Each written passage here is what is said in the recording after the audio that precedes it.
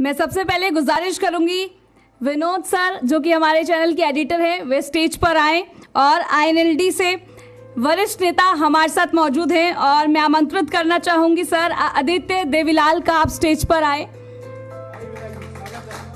आपका बहुत बहुत स्वागत है, जोरदार तालियों के साथ स्वागत किया जाए और कार्यक्रम की शुरुआत करेंगे हम। और हमारे सहयोगी धर्म भी हमारे साथ स्टेज पर मौजूद हैं। धर्म, ओवर टू यू।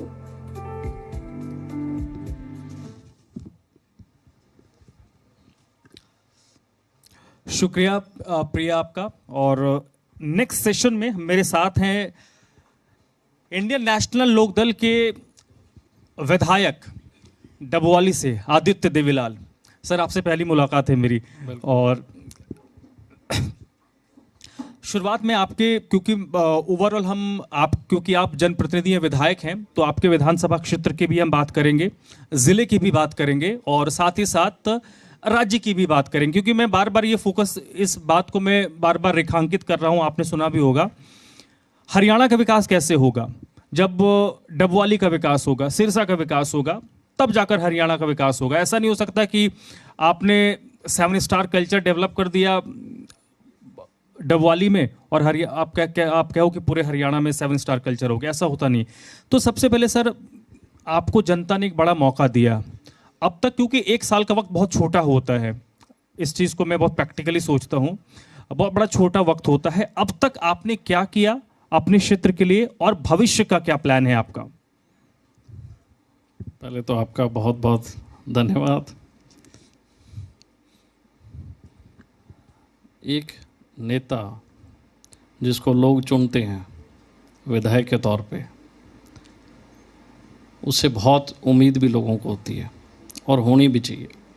लेकिन सबसे बड़ी बात है कि जिस किसी इंसान को उन्होंने चुना उसमें उनका कितना भरोसा और विश्वास है। डबवाली के विधायक के तौर पे इलाके के लोगों ने मुझे सेवा करने का मौका दिया। उससे पूर्व में 10 साल लोगों के बीच में मैं रहा। मैंने एक बहुत छोटे से चुनाव से शुरुआत की ज़िला परिषद के, और मैं मानता हूं कि सबसे बड़ी चीज़ है कि उस पूरे क्षेत्र की जानकारी, हर गांव का जानकारी, उस इलाके के अंदर क्या चीज़ है, क्योंकि मेरा सारा इलाका जो है वो कृषि आधारित है। कोई ऐसा ये चीज़ नहीं है कि मेरे इलाके के जो पढ़े लिखे बच्चे हैं, हमारी बेटियां, उनको रोज़गार मिले। और चूंकि आज मैं विधायक के तौर पे हूँ, लेकिन मैं विपक्ष का सदस्य हूँ। हमारी पार्टी के 2 विधायक हैं और पिछले 3 प्लान से 11 साल से बीजेपी की सरकार है। और लोगों तक आप चाहे डबवाली मानो, चाहे सिरसा मानो, चाहे हरियाणा मानो, हमारे काम की है, ख़ास तौर पे मेरे विधायक के तौर पे और मेरी पार्टी के तौर पे, सरकार जहाँ जहाँ किसी भी चीज़ की अनदेखी करती है या जहाँ कहीं लोगों को दिक्कत और परेशानी है, मैंने बिल्कुल मुखर होकर हर बात विधानसभा में तर्क की संगत के साथ, मैं कभी आरोप प्रत्यारोप में विश्वास नहीं करता, मैं हमेशा तर्क के साथ बात करता हूँ। और मैंने अपने विधायक के तौर पे अपनी पार्टी का जो पक्ष विधानसभा के अंदर नेता इंडियन नेशनल लोकदल होने के नाते जो मैं रख सका वो लोगों के सामने है, क्योंकि आपकी एक एक चीज़ लोगों तक सोशल मीडिया के माध्यम से और विधानसभा के माध्यम से पहुंचती है।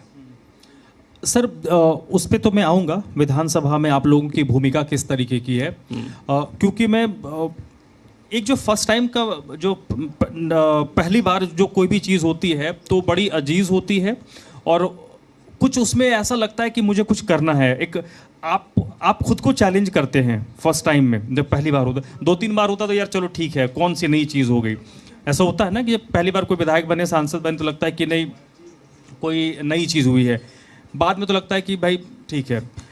आपका अपने से तो चैलेंज होगा ना सर, आपने अपने आप को तो कुछ तो चैलेंज किया। निश्चित तौर पे मैं हर चीज़ को, हर मुद्दे और इशू को एक चैलेंज मानता हूँ और उसके लिए गहराई तक काम करता हूँ।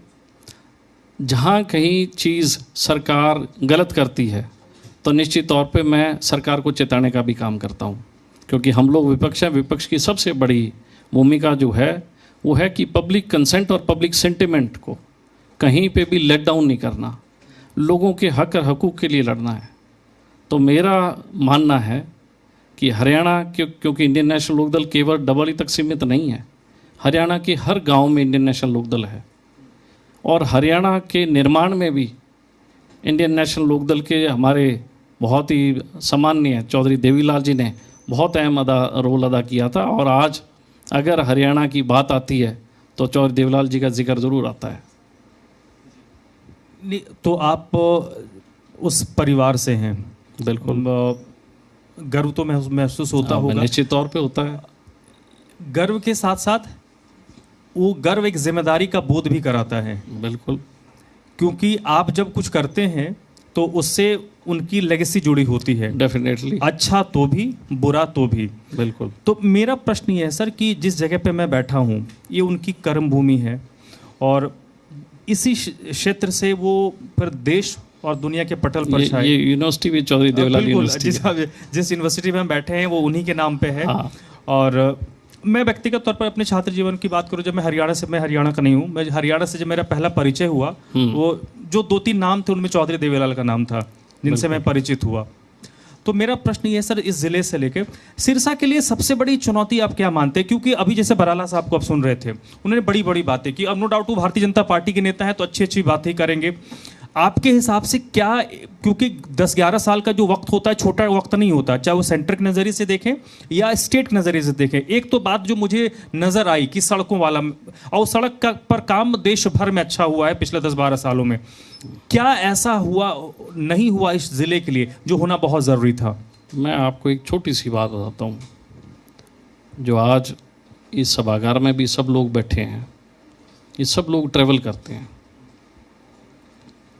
सड़कें जितनी भी बनी हैं आज, चाहे आप कोई भी हाईवे, मेगा हाईवे या आप लोकल रोड्स ले लो, सारी रोडें आज के दिन क्या हालात हैं। हमारे क्षेत्र के लोग सालासर जाते हैं। मैं स्वयं, मेरे गांव से भारतमाला जाती है, इतने गड्ढे हैं कि 60-70 से ऊपर गाड़ी चला नहीं सकते। मेगा हाईवेज टूट गए हैं जिन पे 1-1 लाख करोड़ रुपया इन्होंने लगाया, और बढ़िया से बढ़िया इन्होंने कहा कि हम टेक्नोलॉजी ला रहे हैं। गडकरी साहब कहा करते थे कि जी मैं ऐसी टेक्नोलॉजी लेके आ रहा हूँ कि सड़क कभी टूटेगी नहीं, हम उसमें प्लास्टिक मिलाएंगे, हम ये करेंगे। इतने लोगों को बेवकूफ़ इन लोगों ने बनाया और टेंडर दिए बड़ी बड़ी कंपनियों को, ताकि उनको कोई चैलेंज ना कर सके कोर्ट के अंदर कि ये कंपनी की फाइनेंशियल इतनी है ही नहीं कि आपने इतना बड़ा टेंडर दे दिया। बड़ी कंपनी आगे टेंडर किनको देती है? इनके चेलों को, छोटे लोगों को। और आप देखो कि किसी भी रोड, एक सड़क मुझे ये बता दें जिस सड़क पे गड्ढा ना हो, चाहे यहाँ से बॉम्बे चले जाओ, चाहे यहाँ से जोधपुर चले जाओ। पूरे हिंदुस्तान को किस मॉड्यूल के तहत, किस रणनीति के तहत लूटा जाए, किस तरीके से पैसे को इकट्ठा किया जाए, किस तरीके से अपने लोगों को लाभ दिया जाए, सिर्फ एक ही मॉड्यूल पे ये काम कर रहे थे। मुझे हैरानगी है कि जिस इंफ्रास्ट्रक्चर की ये बड़ी बड़ी बातें करते हैं, जब ज़मीन पे आदमी उतरता है तो पहले तो इतने टोल्स लग गए जिसका कोई अंदाज़ा नहीं है। आदमी टोल दे, कोई दिक्कत नहीं, लेकिन वो सड़क तो गड्ढा मुक्त हो ना। कहीं लाइट्स का प्रबंध है, जो सड़कें गांव के अंदर से जाती हैं कोई ब्रेकर्स नहीं है। गांव के इतने एक्सीडेंट्स होते हैं, छोटे मासूम बच्चों के, महिलाओं के, और कई बार तो मवेशी जो हैं, हमारे जो पालतू पशु हैं, गाय भैंस, वो आ जाती हैं। कोई ऐसा मैकेनिज़्म कि जिससे ह्यूमन सेफ्टी रहे, ऐसा कोई भी उन्होंने नहीं ले रखा। एक बात बताइए आदित्य जी, जैसे आपने कहा कि देखिए लूप होल्स तो हर गवर्नमेंट में होते हैं, और ये विपक्ष का काम होता है कि उन लूप होल्स को आप कैसे चिन्हित करते हैं। और ना सिर्फ आप चिन्हित करके सेटिस्फाई नहीं हो सकते, आपको जो आपका पब्लिक है, जो आपका वोटर है, जो वोट करता है, उसको सेटिस्फाई करना होता है, उनको बताना होता है कहाँ चूक हो रही है। सेंट्रल लेवल पे तो मैं समझ सकता हूँ कि भाई वो नरेंद्र मोदी का एक मसला होता है, कि उनका चेहरा है, और फिर पब्लिक ये देखने लगती है कि भाई अगर मैं नरेंद्र मोदी को नहीं दूंगा तो उनके सामने कौन है। ये एक बड़ा परसेप्शन है देश के अंदर, ये आप भी एक्सेप्ट करेंगे। स्टेट में वो चीज़ तो नहीं है, स्टेट में भी नरेंद्र मोदी के नाम पे वोटिंग हो जाती है। ऐसे है, वोटिंग नहीं हो रही, कहीं ना कहीं लोगों को गुमराह करके, कहीं ना कहीं जाति धर्म के नाम पे बांट के अपना उल्लू सीधा करते हैं। आज हरियाणा के अंदर कोई व्यक्ति इस सरकार से तो संतुष्ट नहीं है, व्यापारी संतुष्ट नहीं है, कोई वर्ग संतुष्ट नहीं है। ऐसे हालात हरियाणा के अंदर इन्होंने बना रखे हैं। ये कहते हैं कि डेवलपमेंट। मैं एक बात आपसे पूछता हूँ, करोड़ों रुपया इन्होंने, हरियाणा सरकार ने लोन ले रखा है, करोड़ों रुपया किसने उतारना है? हरियाणा की जनता ने, इन्होंने नहीं उतारना। ये लोन उठा उठा के, और ये कहते हैं हम गलियां बना रहे हैं। लोग सोशल मीडिया पे वीडियोस डालते हैं कि कल हमारी सड़क बनी थी, आज टूट गई। इन्हीं के ऑफिसर्स वो आके क्या कहते हैं कि ये तो ओस से टूट गई, या अखबारों में खबरें छपती हैं कि इनका जो डिपार्टमेंट है वो कहता है जी ये तो सुबह ना ओस पड़ी, ओस से सड़क टूट गई। धर्मवीर जी कितने पढ़े हो आप? मैं सर पत्रकारिता की है मैंने। कितने पढ़े हो? मास्टर डिग्री किया है मैंने। ओस से सड़क टूट जाएगी कभी? वो तो जिसने बोला उनसे पूछना पड़ेगा। आप सोचो। आप कहते हो अकाउंटेबिलिटी, क्या ये जनता ये सुनना चाहती है? क्या इनका ये जवाब होना चाहिए अभी सड़क हमने कल बनाई थी जी, ओस पड़ गई, ओस से सड़क टूट गई? और इनको एक बेशर्मी की हद होती है। अगर किसी JESDO ने ये रिपोर्ट दी, एक्शन ने रिपोर्ट दी है, ये उसकी एक्सप्लेनेशन कॉट करे, उसको सस्पेंड करे। भी ओस से सड़क कैसे टूट जाएगी? सड़क तो लोगों के लिए बनाई है, साधन के लिए बनाई है। लेकिन आदित्य जी एक मसला तो ये भी आता है ना कि जब इतना खेल है, इतने झोल हैं, फिर भी तीसरी बार सरकार बना जाती है। लोगों को अब पता लगा है, 15 साल लोगों को अब पता लगा है कि ये असल क्या चीज़ चल रही है। और आज हालत ये है कि गांव के अंदर ये जा नहीं सकते। गांव के अंदर घुसने के लिए ये जाति धर्म इनका सहारा लेना है। कमज़ोरी किसी चीज़ की पकड़ के उसका नाजायज़ फ़ायदा कैसे उठाएं ताकि हम लोग गांव में जाएं।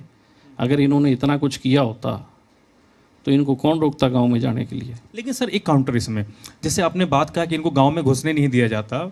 जब किसान आंदोलन हुए थे, दिल्ली हरियाणा के बॉर्डर, उत्तर प्रदेश के बॉर्डर पर किसान बैठे हुए थे, उस वक्त भी ये कहा जा रहा था कि 24 में जब लोकसभा के चुनाव होंगे, तो लोकसभा चुनाव में तो हम मानकर चल रहे थे कि बहुत बड़ा इम्पैक्ट, क्योंकि दिल्ली हरियाणा में कितनी सीट्स हैं, उसका लोकसभा में बहुत बड़ा इम्पैक्ट नहीं पड़ेगा, लेकिन हरियाणा विधानसभा में उसका इम्पैक्ट पड़ेगा। आप लोगों ने भी खूब कहा कि इनको गांव में घुसने नहीं दिया जाता। कुछ विजुअल्स आए, वीडियोस हमने भी देखे, जिसमें कुछ नेताओं को गांव के लोगों ने दौड़ा दिया। उसके बाद भी सर 19 से बेहतर परिणाम कैसे आ गया? मैं बताता हूँ, बताइए। भूपेंद्र सिंह हुड्डा और सच्चाई है, हाँ। तर्क के साथ सच्चाई है। बताइए बताइए कि सारी की सारी सीटें, एक बहुत बड़ा माहौल था पूरे हरियाणा में था कि इस दफ़ा बीजेपी की सरकार नहीं बढ़ेगी। बीजेपी वालों को खुद अचंभा है। जब पहले विधायक तौर पे मैंने शपथ लेके और मुझे विधानसभा में बोलने का मौका मिला, तो मैंने सबसे पहले खड़े होकर ये कही कि इधर जो बैठे ये मायूस हैं, इन्होंने तैयारी कर रखी थी सत्ता में आने की। इधर वालों को पता नहीं था कि तुम्हारे ये सूत आएगी। इनके ये अचंभा है कि तुम्हारे सूत कैसे आ गई, और इनको ये अचंभा है कि थारी आती आती कैसे रहेगी। भूपेंद्र हुड्डा ने बड़ी चालाकी से, ताकि जेल ना जाना पड़े, उसके खिलाफ एक FIR लॉन्च हुई थी, और उस FIR में गिरफ्तारी नहीं की ईडी ने, पूछताछ के लिए बुलाया। वो पूछताछ में इतने डर गए कि उसने सारी की सारी कांग्रेस इनके पैरों में सरेंडर कर दी। जो जीतने वाले कैंडिडेट थे उनको पैरेलल उतार के हराने का काम किया, और कहीं ना कहीं बैकडोर से बीजेपी को लाभ देने का काम किया। आज अगर सत्ता में है तो सिर्फ भूपेंद्र हुड्डा के कारण। अभी मैं थोड़ी देर पहले आप ही के मंच पे बीजेपी के नेता बैठे थे, और मैं भरी सभा में कह रहा हूँ, दिल्ली के अंदर राहुल गांधी का बंगला 2 दिन में खाली करा लिया था। 2 दिन में। हाँ, उनका तुगलक लगन वाला मानते हो? हाँ। 2 दिन में। भूपेंद्र सिंह हुड्डा का बंगला 1 साल तक खाली नहीं हुआ। अब राहुल गांधी बड़ा है या भूपेंद्र हुड्डा? मैं आपसे, उन्होंने कट सी बता मैं ये कह रहा हूँ भी राहुल गांधी बड़ा है या भूपेंद्र हुड्डा बड़ा है? राहुल गांधी का अगर भूपेंद्र हुड्डा भी कोई पोस्टर पे फोटो लगाता होगा तो ऊपर तो राहुल गांधी के लगाता है, होता है ठीक। बिल्कुल। तो राहुल गांधी का तो बंगला 2 दिन में खाली होता है, भूपेंद्र हुड्डा का 1 साल तक नहीं होता। आप इसी बात से अंदाजा लगाओ कि किस तरीके की सियासत आपस में मिलके की कर रहे हैं और हरियाणा की जनता के साथ कितना अन्याय और अत्याचार हो रहा है। हम लोग तो आज भी संख्या में बहुत कम हैं, 2 हैं, लेकिन जब भी कोई इशू आया, बिजली के दर बढ़ाए गए, दाम, इंडियन नेशनल लोकदल सड़कों पे थी। उससे पहले एक किसान की ज़बरदस्ती इन्होंने ज़मीन पानीपत में दबाव बनाया, उसने ज़मीन नहीं दी, उसको पेट्रोल डाल के जिंदा जला दिया गया। इंडियन नेशनल लोकदल ने पानीपत के डीसी का घेराव किया, उस परिवार की मदद की, पर्चा कायम किया, उस परिवार को न्याय दिलाने का काम किया। अभी भी कैथल के अंदर 300-400 एकड़ ज़मीन इन लोगों ने पोर्टल पे फर्जी दस्तावेजों के जरिए चढ़ाई। फर्जी दस्तावेज क्या? जिस किसी पोर्टल पे 70% से ऊपर लोग अपनी कंसेंट दे दें, उस प्रोजेक्ट को ये थ्रू करते हैं। जब लोगों को, किसानों को पता लगा कि आप लोगों के फर्जी दस्तखत किए हैं, सारे के सारे डीसी दफ्तर में पेश हुए कि हम लोग ज़मीन नहीं देना चाहते। तो उनको बताया कि ये तो पोर्टल पे चढ़ा है, फर्जी दस्तखत कर करके लोगों के और उनकी ज़मीन हथियाने का काम करते हैं। एक एक्ट लेके आ रहे हैं, लैंड पुलिंग एक्ट, कि उसमें फार्मर को डेवलपमेंट का शेयर देंगे, उसकी ज़मीन उससे छीनेंगे और उद्योगपतियों को वो ज़मीन देने का काम करेंगे। ऐसी योजनाएं कौन बनाता है? क्या आपने पब्लिक इंटरेस्ट में बनाई है? आप सिर्फ उद्योगपतियों के लिए काम करते हो। किस लिए? ताकि उन उद्योगपतियों को करोड़ों का लाभ मिले। मुझे ये बताओ कि भूपेंद्र सिंह हुड्डा की कांग्रेस की सरकार 9 साल, 11 साल इनकी सरकार, मुझे ये एक ऐसी योजना बता दे जिससे इन्होंने कोई इंडस्ट्रियल सेक्टर लगाया हो, कोई बड़ी इन्वेस्टमेंट आई हो, हमारे हरियाणा के बेटे और बेटियों को वहाँ पे काम मिला हो। एक योजना बता दे। सर इसमें जैसे केवल खेल चल रहा है हाँ प्रॉपर्टी डीलिंग का, किस तरीके से किसानों से सस्ते दाम पे ज़मीन ली जाए, उसको इंडस्ट्रियल, उसको रेजिडेंशियल, ग्रुप हाउसिंग और उसी को कैरी फॉरवर्ड कर दो ताकि 100 गुना रेट बढ़ जाएं। आप मानोगे, आप विधानसभा की जब कार्रवाई चलती है, मैंने इनसे सवाल पूछा था और कई सवाल मेरे इन्होंने डिनाई कर दिए इस बात से कि जी ये आपका हम क्वेश्चन रिजेक्ट करते हैं। सर उसमें बड़ी शिकायत होती है सवालों पे। मैं आपको बता रहा हूँ, विधायक के तौर पे ये मेरा राइट है कि मैं स्टार्ट अनस्टार्ट कोई भी क्वेश्चन लगा सकता हूँ जनहित के लिए। जब जहाँ कहीं बात आती है कि जनता के सामने ये एक्सपोज होने की बात आती है, तो ये सिंपल उस पर लिख देते हैं, your question has been rejected. मतलब हम लोग जनप्रतिनिधि है, जनप्रतिनिधियों के सवालों के जवाब तक सरकार नहीं दे रही। इससे हैरानगी क्या बात होगी? मैंने सवाल लगाया था, जितने भी सरकारी स्कूल्स हैं, कॉलेजेस हैं, सरकारी स्कूल गरीब लोगों के लिए खोले जाते हैं जिनकी आर्थिक स्थिति बहुत दयनीय होती है और उनके बच्चे वहाँ पढ़ते हैं, सरकारी कॉलेजेस में पढ़ते हैं। जो लोग सक्षम हैं उनका बच्चा कभी सरकारी स्कूल में नहीं जाता।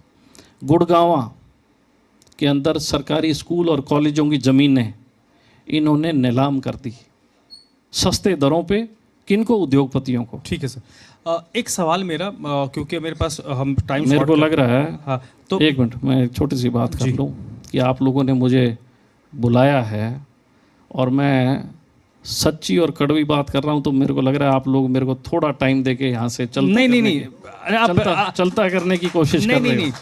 अभी मैं आपको एक छोटी सी चीज़ बताता हूँ धर्मवीर जी, मैं हमेशा फैक्ट और फिगर पे बात करता हूँ। प्लीज़ प्लीज़ बोलिए। बिना फैक्ट और फिगर, बिना किसी सबूत के मैं कभी किसी पे आरोप नहीं लगाता। मेरा ऐसा नेचर नहीं है कि मैं किसी पे कीचड़ उछालूँ।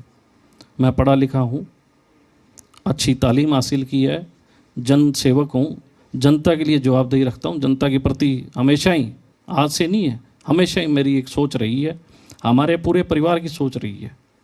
अब आप पूछ सकते हैं कोई। अब मैं सर, जैसे आपने कहा कि कांग्रेस पार्टी और बीजेपी की फिक्सिंग का नतीजा था कि 2024 में भी ये सरकार तीसरी बार रिपीट हो गई। आप लोग एक सब्स्टिट्यूट के तौर पर अपने आप को प्रोजेक्ट कर रहे हैं, लेकिन सर उसमें चुनौती भी बहुत है क्योंकि प्लेयर्स ज़्यादा हैं। आप लोग एक प्लेयर हैं, आपसे टूटकर एक संगठन बना है, वो भी अपने आप को एक प्लेयर बताते हैं। कुछ और पार्टियां हैं, वो भी अपने आप को प्लेयर बताती हैं। मेरा प्रश्न आपसे ये है कि लोकदल के साथ हरियाणा में एक अच्छी चीज़ तो ये है कि आप किसी से अगर पूछेंगे तो ये लोग कहते हैं कि गांव घर में जो पुराने लोग हैं वो आज भी लोकदल के समर्थक हैं। लेकिन पिछले 10-12 साल, जब से सोशल मीडिया का आपने जिक्र किया, सोशल मीडिया में का जब से ये उभार हुआ है, एक बात निकल कर सामने आई कि युवा वर्ग जिसके साथ जाता है, क्योंकि युवा वर्ग ऐसा होता है जो इन्फ्लुएंस करता है, वो खुद तो वोट करता है, 2-4 वोट और एक्स्ट्रा डलवा देता है। बुजुर्ग क्या है, वो अपना वोटिंग के दिन जाते हैं, वोट करके आ जाते हैं। युवा वोटर होता है, इन्फ्लुएंसर होता है, 2-4 वोट इन्फ्लुएंस करता है। आप लोगों के सामने चुनौती मुझे जो समझ में आ रही, मैं सही गलत हूँ आप करेक्ट कर दीजिएगा, कि वो युवा वोटर आपके साथ अगर जुड़ नहीं पा रहा, नहीं जुड़ रहा तो क्यों नहीं जुड़ रहा? क्योंकि आप जैसे अगर लक्ष्य लेकर चल रहे हैं कि 29 में हम कुछ बड़ा चमत्कार करेंगे, तो कैसे होगा सर? आपकी बात से थोड़ा असहमत हूँ, मैं उसका कारण बताता हूँ। प्लीज। हम लोग सब मेल फीमेल के हिसाब से कैटेगराइज होते हैं। अमेरिका में भी हम जैसे ही लोग रहते हैं। देश और दुनिया की हर कंट्री में ऐसे ही मनुष्य अपन जैसे हमारी बनावट है वैसे ही उनकी है। ठीक है, किसी का डील डॉल कॉम्प्लेक्शन अलग हो सकता है। हर एक का खाना अलग अलग है, बोली अलग अलग है, भाषा अलग अलग है। हिंदुस्तान से जितने लोग बाहर विदेश में गए, उन्होंने वहाँ का खाना शुरू कर दिया, क्योंकि यहाँ की दाल रोटी सब्जी वहाँ नहीं बनती होगी। सोशल मीडिया को नरेंद्र मोदी ने सारे तो चैनल्स, जितने न्यूज़ चैनल थे सारे खरीद लिए, कोई अडानी ने कोई अंबानी ने। आज कोई ऐसा चैनल हिंदुस्तान में नहीं बचा जो अडानी अंबानी या किसी बड़े उद्योगपति का ना हो। धर्मवीर जी, उद्योगपतियों का काम था कि वो अपने उद्योग को चलाएं, पैसा कमाएं, एम्प्लॉयमेंट दें, वो उनका एक बिज़नेस था। जब उद्योगपति हिंदुस्तान के मीडिया को खरीदने लग जाएं और उसके बाद क्या आप मानते हो कि कहीं पे सही कंसेंट या पब्लिक कंसेंट बनेगी? सारा का सारा सोशल मीडिया जो था बीजेपी ने 2014 में उठाया। सिर्फ नरेंद्र मोदी नरेंद्र मोदी नरेंद्र, अगर अमेरिका भी नरेंद्र मोदी जाए वहाँ पे भी मोदी मोदी के नारे। आज क्या हालत है? आज अमेरिका ने हिंदुस्तान पे सारी इम्प्लिकेशंस लगा दी कि हम टैरिफ लगा दिया। जितने भी बच्चे वहाँ हैं उनको डिपोर्ट किया जा रहा है, पैरों में बेड़ियाँ हाथों में हथकड़ी लगा के, और उनके साथ ऐसा सलूक होता है कि जो पूरी लेट मी कंप्लीट, जो कि आप और मैं देख भी नहीं सकते। अभी एक 74 वर्षीय महिला को जिस तरीके से किसने दिखाया? सोशल मीडिया ने। आज पूरे वर्ल्ड में आप कहीं पे भी जाओ तो आपको किस नज़रिए से देखते हैं? क्योंकि जो आपने ऑरा क्रिएट किया था ना सोशल मीडिया में, वो सारा फेक था। और अगर फेक ना होता तो कोई भी कंट्री, ना आपके अमेरिका, कोई भी कंट्री आज हमारे हिंदुस्तानी बच्चे और बच्चों को बाहर निकालने के लिए नहीं करते, भेजते। हर कंट्री ने आज इस चीज़ को देखना, स्क्रूटनाइज करना शुरू कर दिया है कि कितने इंडियंस है यहाँ। क्योंकि हमने हमारी जो इंटरनेशनल पॉलिसी थी, हमारे जो संबंध थे, वो हर कंट्री से हमने बिगाड़ लिए। किस चक्कर में? लेकिन सर इसमें जो आपने सिर्फ एक ही चक्कर में कि भाई उड़ाते रहो, भाई मोदी मोदी मोदी, हवा में उड़ाते रहो। इस मोदी मोदी का आपने जो जिक्र किया, मैंने कहा ना, मैंने थोड़ी देर पहले कहा कि सेंट्रल स्तर पे तो चल जाता है। इसी व्यवस्था के अंदर आपने जिन जिन चीज़ों का जिक्र किया, मैं आप उस पे इत्तेफाक रखते हो, मैं थोड़ी सी रखता हूँ, थोड़ा सा नहीं रखता हूँ। इसी व्यवस्था में, इसी स्थिति में सुखविंदर सिंह सुक्खू हिमाचल प्रदेश में कांग्रेस के जीत जाते हैं। हेमंत सोरेन जेल जाने के बाद सरकार रिपीट करवा लेते हैं। भारतीय जनता पार्टी पूरा फोर्स लगा लेती है पश्चिम बंगाल में। ममता बनर्जी लगातार जीत रही हैं 2010 के बाद से। रेवंत रेड्डी तेलंगाना में जीते। हरियाणा में भी बदलाव आ रहा है। हरियाणा में भी जो नई नौजवान पीढ़ी है, मैं उसी चीज मैं उसी पे आ रहा हूँ। अब वो समझ चुकी है। अब धीरे धीरे इस चीज़ में बदलाव हो रहा है। उनको पता है कि सही और गलत क्या है। जिन नौजवानों के लिए काम करना चाहिए उसके लिए क्या ये गंभीर है? आपने सवाल पूछा था इनसे, आज भी किसान को उसकी फसल के दाम नहीं मिल रहे, एमएसपी नहीं मिल रहा। हाँ, ये भी बताइए, बड़ा अभी हम रोज हमारे पास रिपोर्ट्स आती है, लेकिन उस पे आवाज पॉलिटिकल पार्टी से नहीं इन्होंने आती। कुर्ते उतार के प्रदर्शन किए कि हमारी सरकार आएगी, हम स्वामीनाथन आयोग की रिपोर्ट लागू करेंगे, उसके बाद हम आपको ये कहते हैं कि हमने 15,000 करोड़ रुपए मुआवजा दिया है। इनसे ये पूछो कि आपने किसानों से पैसा कितना लिया प्रीमियम के तौर पे? आप प्रीमियम का तो डाटा दो। क्या पता हमने प्रीमियम ही 25,000 करोड़ दे रखा हो और हमें मिले 15,000 करोड़, हमारे 10,000 करोड़ तो आपने खा लिए।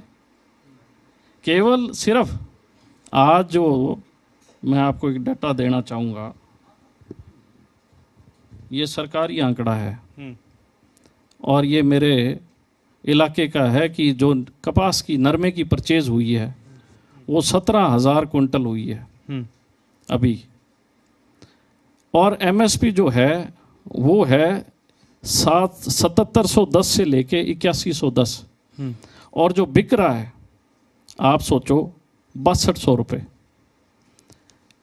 इससे बड़ी किसानों के साथ मजाक क्या होगा कि जोर जोर से ये शोर मचाते हैं, हम एमएसपी दे रहे हैं, हमने कृषि उत्पादन जो है किसान के उसको हमने 1.5 गुना भाव कर दिए। इन्हीं का सरकारी आंकड़ा है, ये सरकारी आंकड़ा है। सरकारी आंकड़े में आज किसान को, कपास के किसान को दाम नहीं मिलता। जो धान का किसान है उसके साथ मॉइस्चर के नाम पे ठगी होती है। पिछले धान की परचेज थी, मैं स्वयं मंडी में गया, मैंने सारी एजेंसीज के जो मीटर हैं उनको वहीं पे चेक किया, वीडियो बनाई, और मैंने विधानसभा में कहा कि आप कि एक मंडी में अगर 3 एजेंसीज प्रोक्योरमेंट कर रही है तो तीनों एजेंसियों के मीटर अलग अलग क्यों हैं? जब एजेंसी तीनों हरियाणा सरकार की, और मीटर में एक में मॉइस्चर आ रहा है 18%, एक में 16, एक में 22, इसका मतलब आप एजेंसियां ही आपकी ठगी कर रही हैं। और किसान अगर 150 रुपये दे दे तो उसका मॉइस्चर क्लियर हो जाता है। ठीक है। आदित्य देवीलाल जी, आखिरी सवाल आपसे, जैसे आपने कहा कि अब युवा हरियाणा का समझ रहा है। इतनी जल्दी मत भेजो मेरे को। हाँ।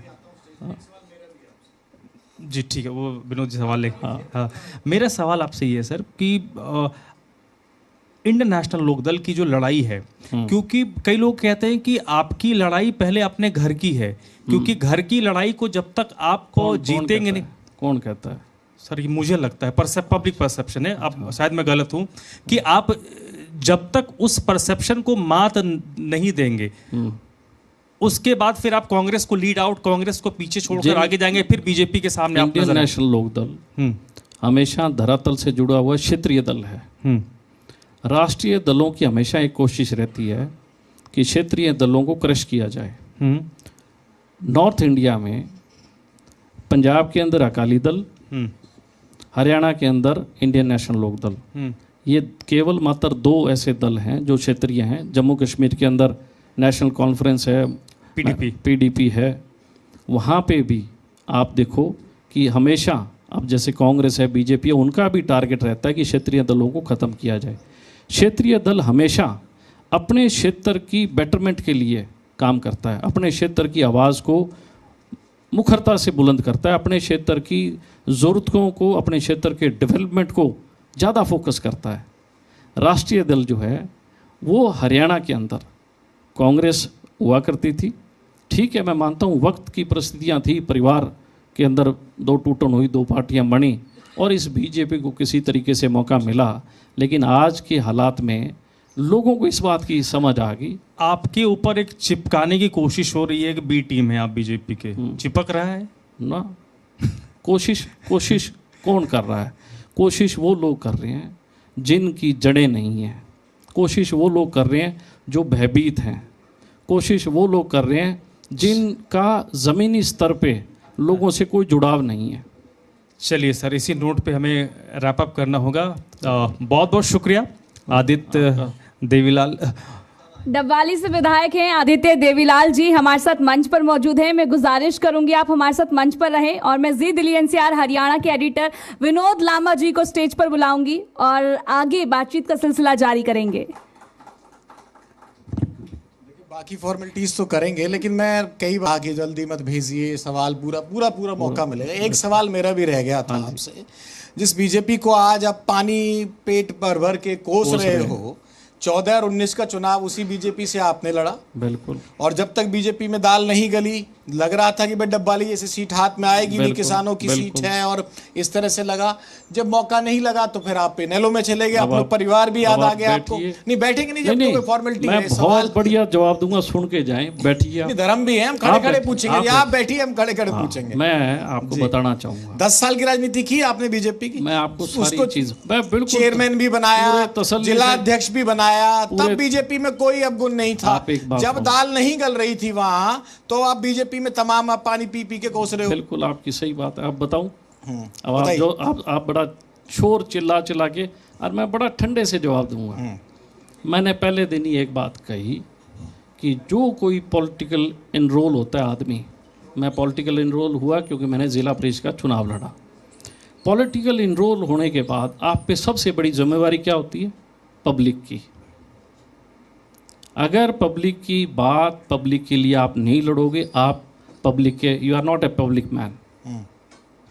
मैंने हमेशा ही पब्लिक के लिए आवाज़ उठाई, चाहे मैं उनके साथ था, तो मैं पहला आदमी था। और ये सरसा के लोग बैठे हैं, इन्होंने आईडी सिस्टम शुरू किया, प्रॉपर्टी आईडी का। और प्रॉपर्टी आईडी का क्या चीज़ थी? एक व्यापारी जो शहर में रहता है, सर कहानी नहीं, बात तो ये है कि 10 साल जब थे, जब तो आपको सब ठीक लग रहा था। पूरा जवाब मेरा पूरा सुन लें, उसके बाद नेक्स्ट क्वेश्चन भी लूंगा आपका मैं। प्रॉपर्टी मेरे सहयोगी था, मुझे आना पड़ा। बिल्कुल, मैं तो बड़ा खुश हूं कि आप सब लोग आ जाएं एक एक करके, कोई रह ना जाए। मैं ही काफी हूँ, कोई रह ना जाए, मैं ही काफी हूँ। व्यापारी जो है, शहरी वोटर हमेशा नेशनल पार्टी का वोटर रहा है, बीजेपी का और कांग्रेस का।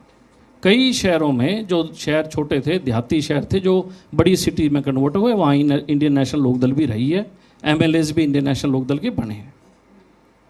आप कोई भी काम करते हो, ये बीजेपी कोई काम करती है, इसके दिमाग में एक मोडस ऑपरेंडी होती है कि हमने कैसे पैसा कमाना है। कोई योजना लेके आए, अब लाडो लक्ष्मी योजना आई, बड़े शोर मचाया चुनाव से पहले, हम लोग महिलाओं को पैसा। सवाल का जवाब पूरा जवाब दे रहा हूँ, सवाल का जवाब नहीं, जवाब दे रहा हूँ। 10 साल अंतरात्मा, मैं जवाब दे रहा हूँ, जवाब दे रहा हूँ। 10 साल अंतरात्मा कहाँ थी? मैं जवाब दे रहा हूँ। बीजेपी का अवगुण आपको कोई भी नजर नहीं आया, जब तक आपकी ठीक चल रही थी, टिकट भी मिल रही थी, सारी चीज चल रही थी, जब तक तो सब ठीक था। मैंने पूछ लूंगा आपसे, ये सारे बैठे हैं, आप सुनने की हिम्मत, बिल्कुल क्षमता है, लेकिन मेरे मुद्दे पे अभी जवाब दो ना। आप लोगों को 10 साल तक कोई अवगुण नहीं था, अंतरात्मा की आवाज ऐसे। शायद मेरी बात आपको पिंच कर रही है। नहीं, मेरी बात आपको पिंच, जो बेटे हैं, सुनिए, मेरी बात आपको पिंच कर रही है। सुनिए ना सर, आपका आप ही के सवाल में एक और ऐड कर देता हूं। चौधरी वीरेंद्र सिंह साहब के जो बेटे हैं, ब्रजेंद्र सिंह, उनका भी दम घुटने लगा जब उनको लगा। ऐसे बहुत से लीडर्स हैं, जब तक सब बनता रहता है, जब तक सब ठीक है, जब दूसरी जगह दाल गल जाती है तो पुरानी दाल काली हो जाती है। आपकी ईगो हर्ट हुई है, I am sorry for that. मेरी फिर आप सुनने की ताकत रखें। इन्होंने कहा कि लाडो लक्ष्मी योजना, ये मैं उसी रेफरेंस में बोल रहा हूँ, I am not taking issue somewhere else, मैं उसी रेफरेंस पे आ रहा हूँ।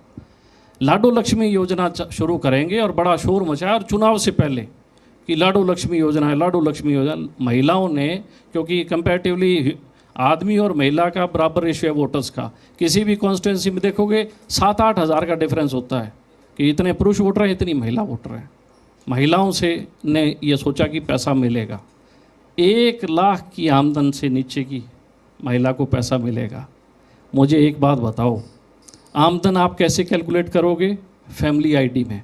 हमारी वुमेंस वर्किंग वुमेंस है, वर्किंग वुमेंस है, वो उनका कोई खुद का नहीं है कि हर एक का कोई पैन है या वो काम कर रही है। मेरे को कंप्लीट करने दें अगर आप चाहे तो। अब 1 लाख से नीचे की फैमिली आईडीज़ की मेरे को बताओ कि कितना नंबर है। आपने उन महिलाओं के साथ धोखा किया। अब मैं मेरी चीज़ पे आता हूँ। जब ये बात आई कि आपका जो ये प्रॉपर्टी आईडीज़ का मॉड्यूल देखो आप, ये प्रॉपर्टी आईडीज़ कभी भी एग्जिस्ट नहीं करती थी हरियाणा में। हरियाणा कोई आज से नहीं बना, हर एक का मकान, हर एक की रजिस्ट्री सब नॉर्मल था, कहीं कुछ नहीं था। जैसे ही इन्होंने आईडीज़ क्रिएट की, जितनी भी कॉलोनीज़ हैं, आज मैं आपके प्लेटफॉर्म से बता रहा हूँ सबको, सारी कॉलोनीज़ को अप्रूव कौन करता है? मुख्यमंत्री। अखबारों में खबर छपती है जब भी चुनाव आते हैं, चुनाव के पास, कि मुख्यमंत्री ने 600 इलीगल कॉलोनीज़ को रेगुलर किया। अब उसमें नाम दिए होते हैं भी, सरसा की इतनी कॉलोनी, फतेहाबाद की इतनी, हिसार की इतनी, रोहतक की इतनी, सारी। जब मुख्यमंत्री एक कॉलोनी को रेगुलराइज कर देता है, उसी कॉलोनी के अंदर रहने वाले आदमी को जब वो प्रॉपर्टी आईडी के लिए जाता है तो ये कहा जाता है कि तेरा प्लॉट तो इलीगल है, तेरा मकान इलीगल है। कसूरवार कौन है? या तो मुख्यमंत्री जिसने रेगुलराइज करी, और या वो अधिकारी किसी तरीके से उनसे ठगी मारने की कोशिश करता है। ये इशू जब आया, मैं पहला आदमी था जो नगर परिषद में भेंट लेके गया। कोई आपका कोई और आदमी गया? और मैंने वहाँ कहा कि जब चीफ मिनिस्टर जिन चीज़ों को रेगुलराइज करता है तो आप लोग ऐसा क्यों करते हो? 50,000 देने पर उसी व्यापारी का मकान, उसी व्यापारी की दुकान रेगुलराइज हो जाए। ये करप्शन की हद थी। मैं पहला आदमी था जिसने ऑन कैमरा ये कहा था कि डीसी और एसपीओ को टिकट दे देना, जनता हिसाब दे देगी। कहा था कि नहीं कहा था? आपने सुना कि नहीं सुना? बिल्कुल सुना था। किस लिए कहा? आगे की पिच बनाने के लिए। ऐसे हालात थे। आज भी बताता हूँ, आज भी मुझे सुबह एक व्यक्ति मिला, रामपाल गंगा गांव का, उसका खाड़े का मामला, 1.5 लाख रुपए दे तो उसके हक में फैसला हो जाए, अगर वो 1.5 ना दे तो उसके खिलाफ फैसला। किसको रोगे जाके?